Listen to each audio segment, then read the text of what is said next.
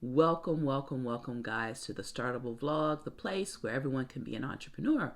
I'm Nicole Dickens, the founder of Zoetica, where we help people start, launch, then scale their ideas for maximum impact.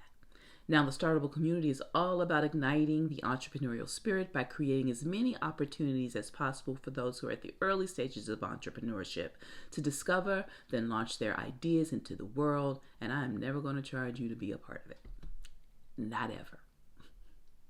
So we spoke last time about the purpose of work, how it has gotten completely off track as we move from the fields to workhouses to factories, then to offices.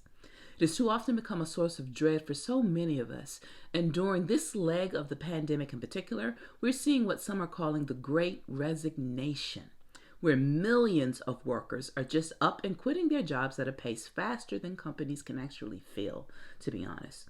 Forbes estimates that about 41% of the global workforce are most likely weighing their options over this next rolling year. And we know why.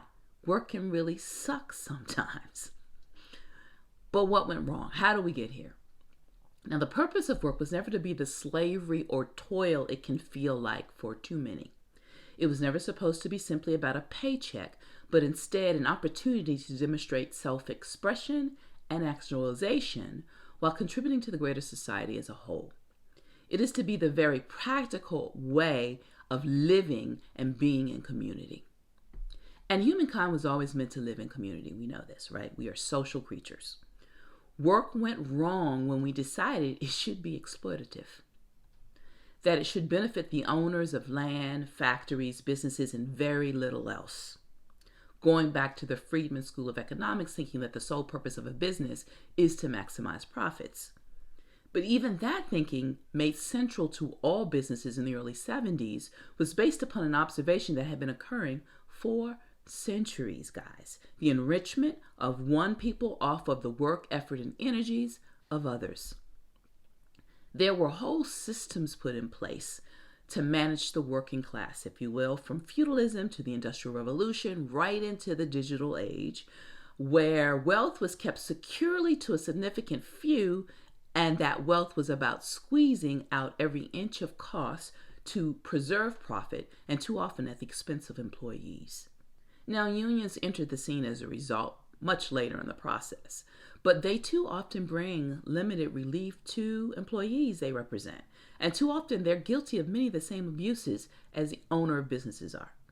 Even those companies who crept into paternalism, doing everything for their employees without really keeping them skilled up, if you will, weren't actually caring for their employees. They let their workers go en masse in the early 90s, the big downsizing that happened then, underskilled with the flimsiest of lifeboats, as many of us can recall. It's time to start caring about our employees again. The future of work and business depends upon us making people strategy integral to any new endeavor. We can't mess up on this anymore. I am having the conversation with you because you have the opportunity to think about how to create an organization, a company, and a community that will be life-giving in whatever its processes, functions, products, and services will be. What do I mean by life-giving? It must allow for self-expression and self-actualization at the very least. We'll talk more about what that would entail next time. Until then, go out there and get something done, y'all, as the world, it's still turning. See you next time.